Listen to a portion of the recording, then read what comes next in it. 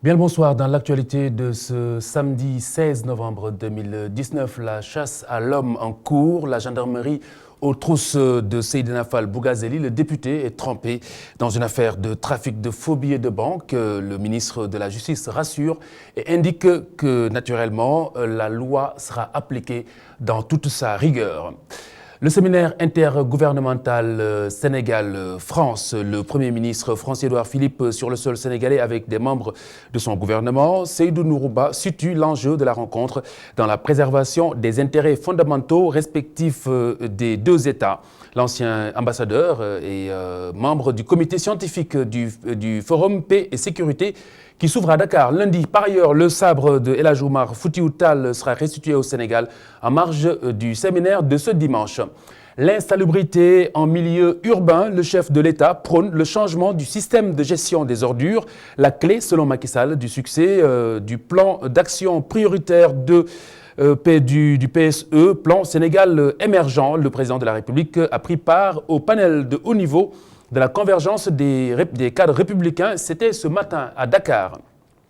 République centrafricaine, le Conseil de sécurité des Nations Unies prolonge d'un an le mandat de la MINUSCA. Objectif, améliorer les conditions d'acheminement de l'aide humanitaire. Bienvenue à tous. Dans un instant, le développement de tous ces titres.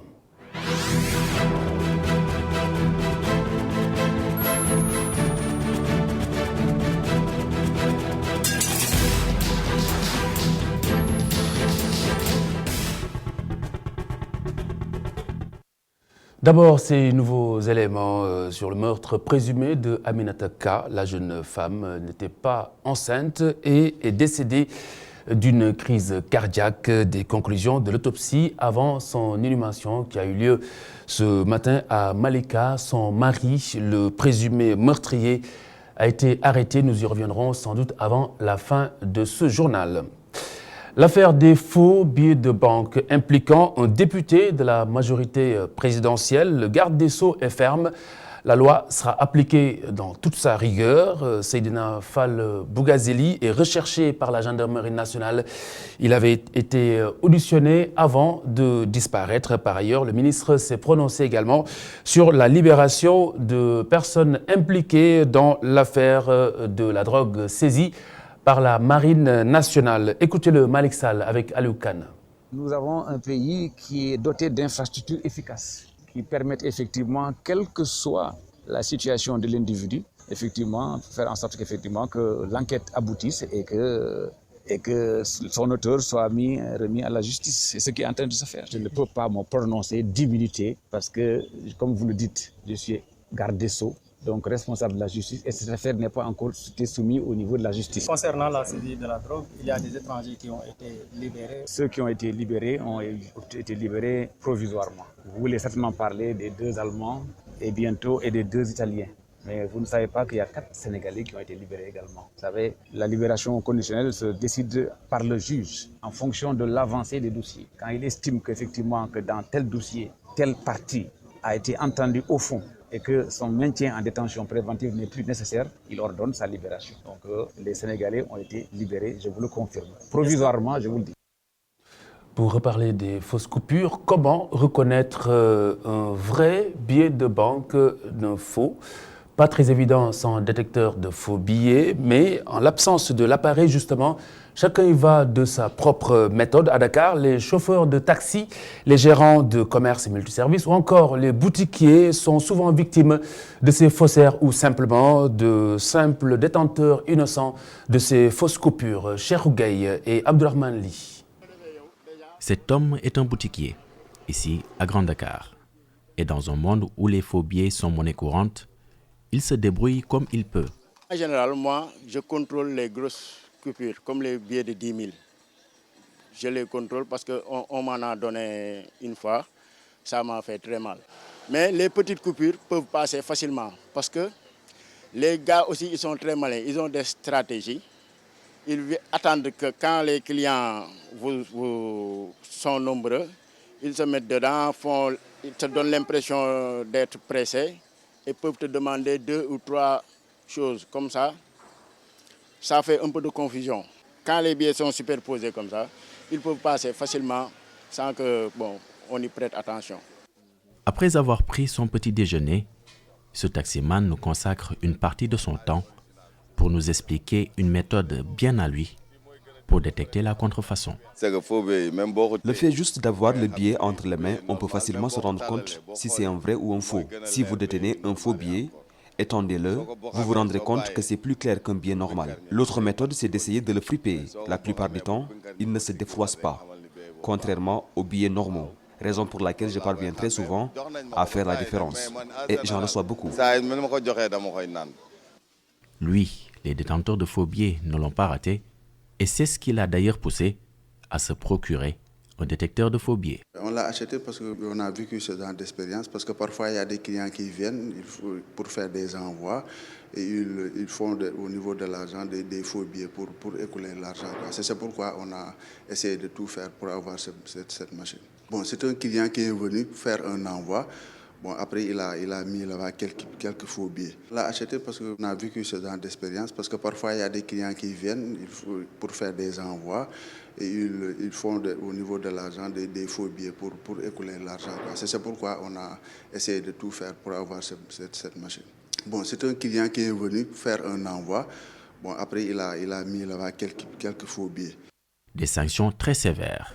C'est ce que préconisent ces Sénégalais pour mettre un terme à la circulation de faux billets de banque dans le pays.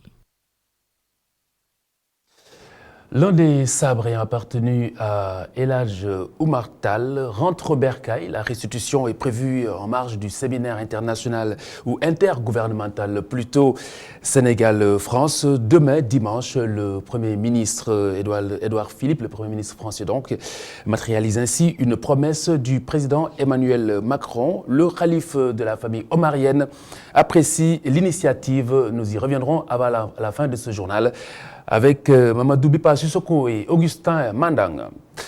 Restitution attendue, je vous le disais, ce dimanche en marge de ce séminaire intergouvernemental Sénégal-France. À ce sujet, justement, le diplomate Seydou Nourouba souligne que l'enjeu de la rencontre tourne autour de la préservation des intérêts fondamentaux des deux États respectifs. L'ancien ambassadeur est membre, je le précise, du comité scientifique du Forum Paix et Sécurité qui s'ouvre à Dakar lundi. Écoutez-le avec El Hadj Malik Cissé et Cheikh Ougaï. Personnellement, en tant que professionnel de la diplomatie, je pense que c'est une excellente chose. Pourquoi? Parce que, contrairement à ce que certains disent, les relations entre les États ne sont pas toujours mues que par des relations d'intérêt. Bien entendu, un fort pourcentage se trouve dans les relations d'intérêt. Et c'est pourquoi d'ailleurs moi je ne suis pas d'accord également avec ceux qui disent que il n'y a pas d'amitié, il n'y a pas de sentiment, il n'y a pas de autre chose entre les États que les intérêts. Mettre fin à l'insalubrité dans nos villes, c'est le combat qu'entend mener le président de la République, Macky Sall, qui prône justement le changement du système de gestion des ordures qu'il qualifie d'impératif, une modification qui passerait par des réformes, mais des réformes avec les acteurs, ce qui faciliterait à ses yeux la mise en œuvre du programme, ou plutôt des programmes du plan prioritaire, du plan d'action prioritaire du PSE, le plan Sénégal émergent. Le chef de l'État qui présidait ce matin le panel de haut niveau donc de la convergence des cadres de son parti, les cadres républicains. Il est ici au micro de Barroso et Amogo Robert Nyang. Voici Macky Sall. Il faut assurer la salubrité de notre cadre de vie pour soutenir la santé et le bien-être. Zéro déchet propose une gestion alternative des déchets qui pourrait être bien moins coûteuse en ressources que la gestion actuelle des déchets. Malgré le courage des acteurs que je salue, le système n'est pas opérationnel, il n'est pas efficace, il n'est pas efficient. Et on le voit dans la ville. Il y a des saletés partout, des immondices. Mais ça aussi, c'est le fait des citoyens. Vous venez, vous construisez, vous cassez tout, vous laissez les gravats, mais qui va les porter pour vous? Vous devez les ramasser et les envoyer au dépotoir. Donc nous allons prendre une loi ces jours-ci pour faire obligation avec des sanctions dures au plan pécuniaire et au plan pénal. Et nous allons vraiment modifier aussi le système de gestion là. Hier seulement, tard encore, j'avais une réunion avec le ministre et des experts qui nous accompagnent. Ça ne va pas du tout. On dépense des fortunes, presque 20 milliards par an, que l'État met dans les ordures. Est-ce que la ville est propre? Le chef de l'État, Macky Sall, je vous le disais, qui présidait le panel de haut niveau à l'initiative de la convergence des cadres républicains de l'APR. Le thème, quel Sénégal à l'horizon 2035? Les panélistes se sont penchés sur les initiatives et programmes prioritaires relatifs au PSE, le plan Sénégal émergent. C'est un compte-rendu signé Barroso et Amogo Robert Nyang.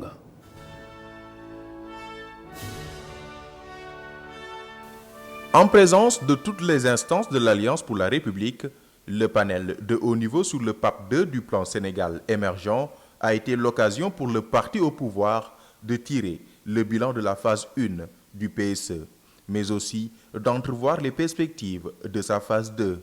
La consigne, continuer le travail pour garder la dynamique. Le leader de l'APR, Macky Sall. Les acteurs, ils vont venir passer et partir. Je ne serai plus là dans quelques temps.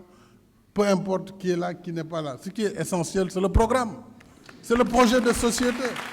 Et c'est ça qu'il faut poursuivre. La continuité, mais aussi l'union des membres de la convergence des cadres républicains est saluée par le leader de l'APR. Vous démontrez par cette mobilisation de ce jour que vous allez jouer pleinement votre rôle dans l'animation et dans la partition qui est la vôtre pour fédérer, et au-delà des cadres, fédérer l'ensemble des forces vives du parti. Faire du pays un Sénégal verdoyant, l'autre ambition confiée aux panélistes. Il s'agira, selon le président de la République, de restaurer le capital naturel en luttant contre la coupe du bois et en renforçant la protection des parcs nationaux. Faire, par exemple, reverdir, pas seulement la Casamance, dont il faut arrêter la coupe de bois, ce trafic mortel sur notre écosystème. Mais il faut reboiser le Sine Saloum, Tambacounda, renforcer et protéger le parc du Nyokolokoba, replanter les espaces du Ferlo, du Fouta, qui aujourd'hui sont des espaces désertiques. La rencontre a été l'occasion de procéder au lancement du magazine mensuel de la convergence des cadres républicains dénommé Idées et perspectives républicaines, dont le premier numéro a été remis au leader de l'Alliance pour la République. J'achète mon journal. J'ai une dette de 5 000 vis-à-vis de ça. Je vous le disais en début d'édition, ces nouveaux éléments sur le meurtre présumé de Aminata Ka, meurtre prêté à son mari.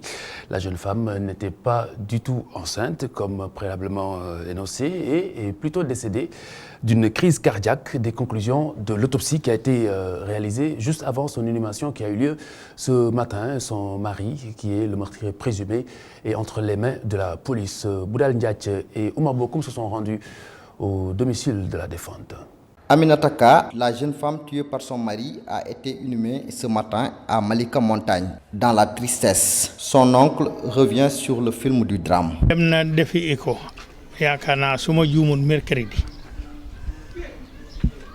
Bam demee def écho naaje fa ñëw bi mu ñëwee toog tëdd di noppalu jëkkër yi wàcc ñëw. Elle revenait de son échographie le mercredi tard. Puisqu'elle était fatiguée, elle s'est allongée. Quand son mari est rentré à la maison, il lui a demandé le déjeuner. Aminata lui a répondu qu'elle était lessivée et a préféré attendre la cuisson du dîner. Réponse qui lui a mis hors de lui. Il l'a cloué de coups jusqu'à mort sans suivre. J'ai vu sa dépouille. Je n'ai vu aucune blessure, encore moins un coup de couteau. Mais la façon dont il l'a tuée, il est le seul à pouvoir le dire. Gisuma hit am néewi ci yaramam waaye nu mu def nag moom ba faat ko moom moo ko xam moom jëkkëram Mariée à Mamadou Thiam depuis 4 mois, Aminata était violentée, nous dit son oncle qui rejette la thèse de la grossesse véhiculée dans la presse.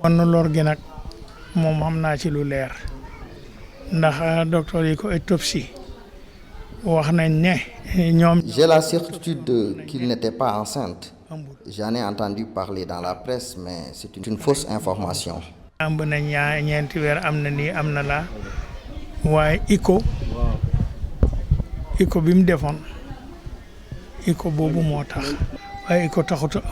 Très remontée, la famille réclame justice et demande l'application de la peine de mort face à ces nombreuses tueries.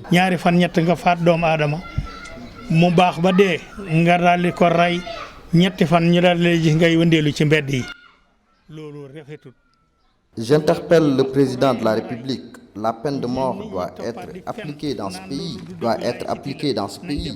parce qu'il y a énormément de meurtres et en général, ceux qui commettent ces actes ne durent pas en prison. C'est pas normal. Aminata Ka est décédée suite à un arrêt cardiovasculaire lié à une lésion traumatique de la moelle épinière lors d'une cervicale haute.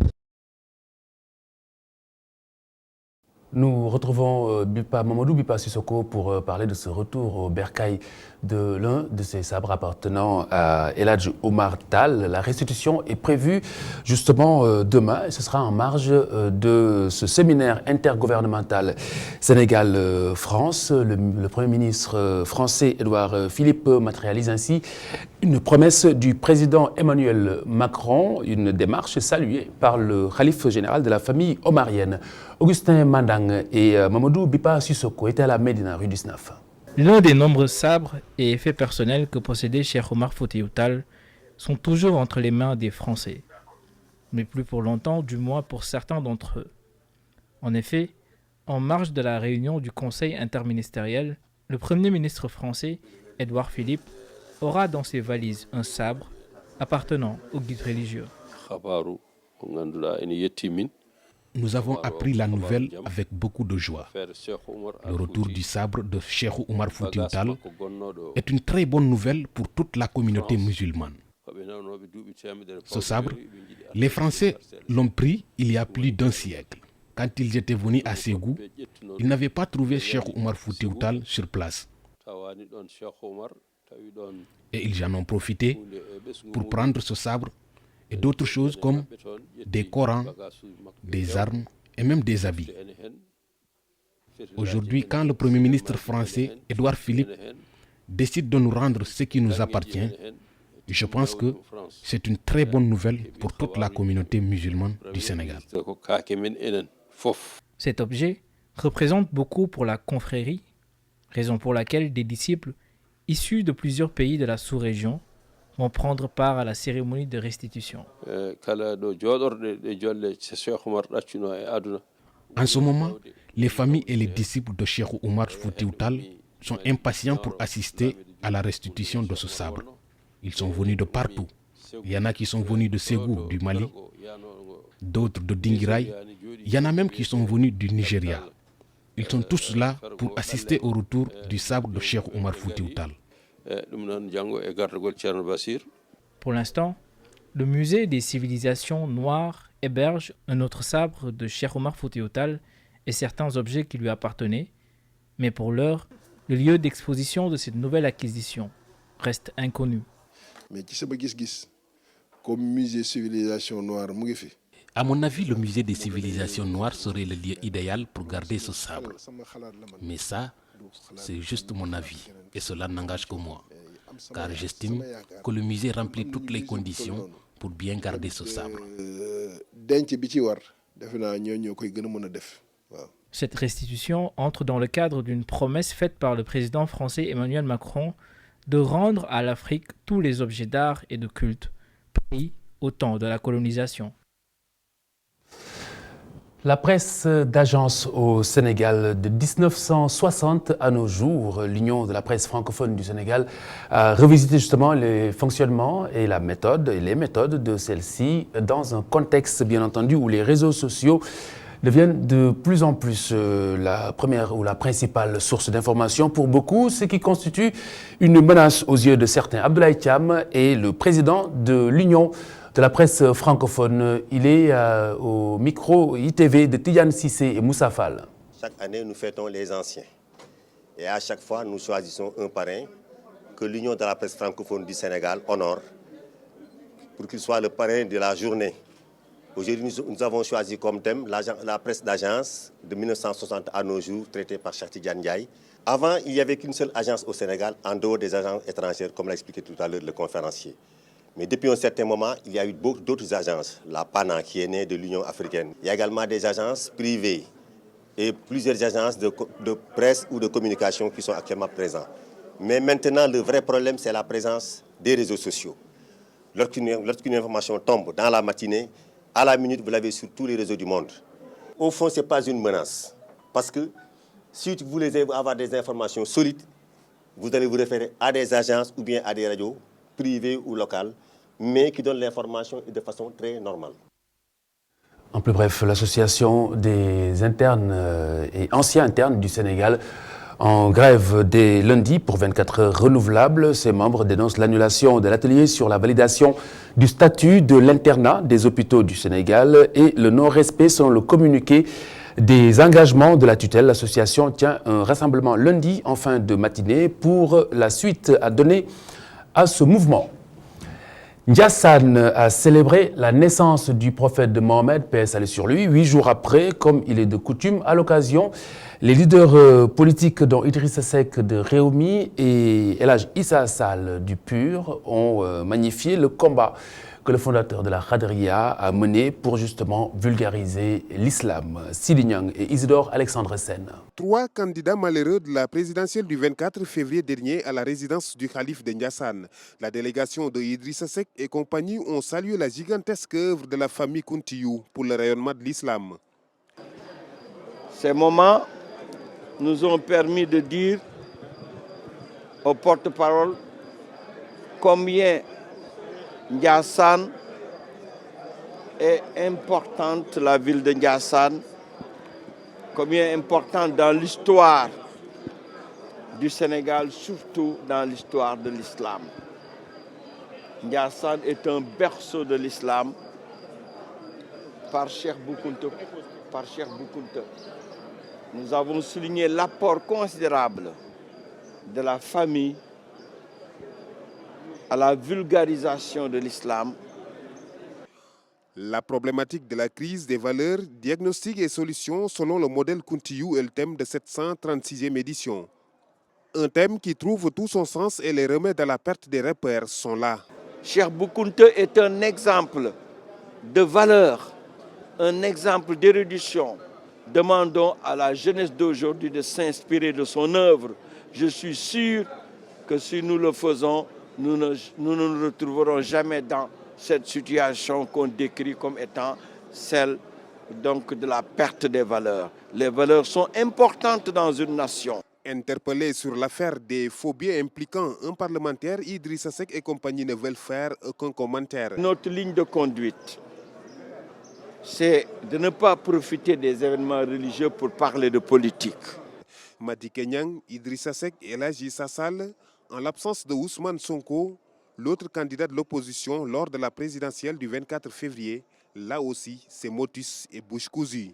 Le Conseil de sécurité des Nations Unies qui prolonge le mandat de la MINUSCA d'une année, une prorogation qui permettra à la mission de travailler à l'amélioration des conditions d'acheminement de l'aide humanitaire en Centrafrique. Mankeur Ndiaye, chef de mission, revient sur les tâches qui les attendent pour ce nouveau mandat d'1 an. Il est interrogé par Alassane Samba Diop au téléphone. L'autre aspect du mandat, c'est justement l'appui à la mise en place de conditions de sécurité favorables à l'acheminement immédiat et complet et en toute sécurité et sans entrave, l'acheminement de l'aide humanitaire aux populations qui en ont besoin et la protection naturellement du personnel des Nations Unies et des biens des Nations Unies. Donc voilà un peu les tâches prioritaires assignées à la MINUSCA pour l'année à venir, donc du 15 novembre 2019 au 15 novembre 2020. Il y a naturellement d'autres tâches importantes comme l'appui à l'extension de l'autorité de l'État, l'appui au déploiement également des forces de sécurité et des forces de défense et le maintien de l'intégrité territoriale de la République centrafricaine et tout ce que la MINUSCA fait également en coordination avec le gouvernement et avec les partenaires de la RCA, tout ce que la MINUSCA fait dans le domaine de la réforme du secteur de la sécurité. Donc voilà un peu les tâches essentielles assignées par le Conseil de sécurité à la MINUSCA et nous comptons naturellement mettre en œuvre totalement et avec détermination ce nouveau mandat que vient de nous confier le Conseil de sécurité. L'aquagym ou la gymnastique nautique, un sport peu connu au Sénégal, mais ô combien important pour l'organisme, selon les experts. Un sport dit complet, bon aussi pour le moral. La plage de Ngor a accueilli ce matin une rencontre internationale sur l'aquagym avec la participation de l'Afrique du Sud, de l'Algérie, du Nigeria, du Maroc et du Sénégal. Hôtel Algérie, c'était plutôt l'Afrique du Sud. Moussa Fall et Cheikh Hassan Fall étaient sur place. Allier l'aspect détente au plaisir d'une baignade et gagner les bienfaits d'une activité sportive, c'est bien la spécificité de l'aquagym, un sport qualifié de complet par son initiateur au Sénégal. Un sport très pratique pour le corps, au niveau de la santé, au niveau de l'esthétique aussi, je parlais de niveau esthétique, au niveau de la charpente du corps, donc pour la rééducation et pour la prévention éventuellement aussi, mais c'est le sport parfait. Cette gymnastique comporte de nombreux bienfaits pour l'esprit, mais également et surtout pour le corps, la preuve avec ses participants. Une neuropathie périphérique, le cerveau qui fait le déséquilibre. Je me sens très bien, à l'aise, beaucoup mieux, oui. Au début, je n'avais pas l'habitude. Mais maintenant, je suis dedans. Cette discipline, elle est très importante. Moi qui vous parle, je viens des États-Unis. Je suis venu avec mon fils. Il avait fait un accident, mais grâce à l'aquagym, aujourd'hui il va bien. Mais moi, j'avais subi une opération. Mais c'est grâce à l'aquagym que je me sens bien. Et je pense bien que c'est très important de découvrir cette discipline. Au-delà de l'aspect sanitaire, l'aquagym se distingue également par les liens qu'elle tisse entre ses amateurs. Il y a le côté sport d'un côté, mais il y a aussi le côté, disons, amis. On retrouve un groupe d'amis avec qui on est presque tous les jours et avec qui on a tissé des relations amicales. Ça fait qu'on peut, dans l'eau, faire beaucoup de mouvements, beaucoup d'exercices. Et dans la joie amicale, on ne sent même pas qu'on est en train de faire du sport. 100% moo ma gënal hôpital parce que fii nii boo fi ñëwee déjà yow maladie rek ñoom ñoo lay njëkk a encouragé. Une fois immergé dans l'eau, le corps ne pèse plus que le tiers de son poids terrestre, ce qui facilite tous les mouvements. L'aquagym est donc particulièrement bien adapté à ceux qui ne sont pas forcément de grands sportifs et une astuce de taille pour nos parents qui veulent retrouver leur corps de 20 ans. Après les sports, la culture, avec spécifiquement la culture hindoue qui a fini de prendre ses aises au Sénégal, et ce, depuis bien des décennies. Les salles de cinéma de quartier d'alors y ont largement contribué, la télévision aussi, pour les plus anciens, avec notamment l'émission de Amadou Badiane. Justement, sa disparition récente nous amène à prendre le pouls de l'endomanie, notamment à Pikine dans la banlieue de Dakar, qui compte le plus d'endophiles dans la capitale sénégalaise. Un reportage de Sidi Niang et de Omar Khan.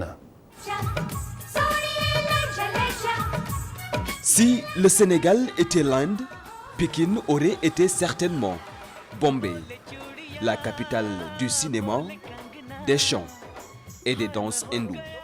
Il y a eu des Pikinois qui ont piqué le virus et qui aimaient bien la culture hindoue au point de créer des troupes, au point de se retrouver régulièrement pour parler de leur passion, pour vivre leur passion, pour chanter et danser hindou. Et la plupart des gens que vous voyez sur les chaînes de télévision locales qui animent des émissions d'endophiles, comme ils disent, ou à la radio, pour l'essentiel, c'est des Pikinois, ou des Pikinois d'origine. C'est grâce notamment aux salles de cinéma d'alors, dans les quartiers, que la culture hindoue s'est confortablement installée à Pékin. Il y avait 4 salles de cinéma à un moment donné. Il y avait Vox, El Hilal, Al Karim et la salle qui se trouve à Thiaroye, dont je ne me souviens plus du nom. Et ces salles diffusaient beaucoup des films venant de l'Inde. Et ces films avaient l'avantage de passer entre 16h et 18h, donc à une heure où les femmes en général n'avaient pas grand-chose à faire à la maison, pouvaient donc quitter leur domicile, aller au cinéma, regarder le film, revenir, se laver et puis finir le dîner. C'est ce qui fait que ces films-là ont eu beaucoup de succès. Une passion qui fait de plus en plus de passionnés, selon les animateurs endophiles, aussi bien à Pékin qu'ailleurs. Il y a plus de 100 troupes hindoues et elles sont partout au Sénégal et dans la sous-région. Au niveau de Pékin. Et il y a beaucoup d'animateurs endophiles. Non, l'endophilie ne peut pas disparaître au Sénégal. La culture hindoue s'est largement propagée au Sénégal depuis plusieurs décennies. Pour s'en rendre compte, il faut aller à Pékin, où les passionnés vivent tous les jours au rythme de Mohamed Rafi,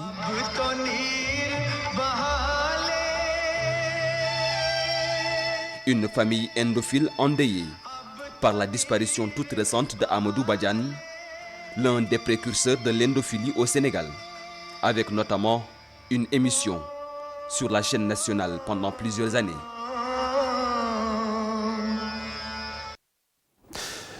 Et puis le lancement en ce moment même au Novotel de la série Dérapage.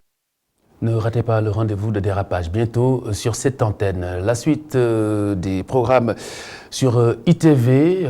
Tout de suite, vous aurez IR avec Sophie Abba, comme il est de coutume. Juste après, vous aurez Ramana Maharshi qui nous inspire. Juste après, notre inspirateur. Et puis John Davison Rockefeller nous inspire également ce soir avec le professeur El Hadji Songué Diouf. 21h30, un direct du Gamouat de Kaolack. 20h30, donc un peu avant, un plateau spécial qui donc ouvre le micro aux femmes qui parleront de leur place dans la faïda de Baye Niass. Ce sera également en direct de Kaolack. Merci d'avoir suivi cette édition. Excellente soirée, bon week-end. Je vous retrouve demain, Inch'Allah. Au revoir.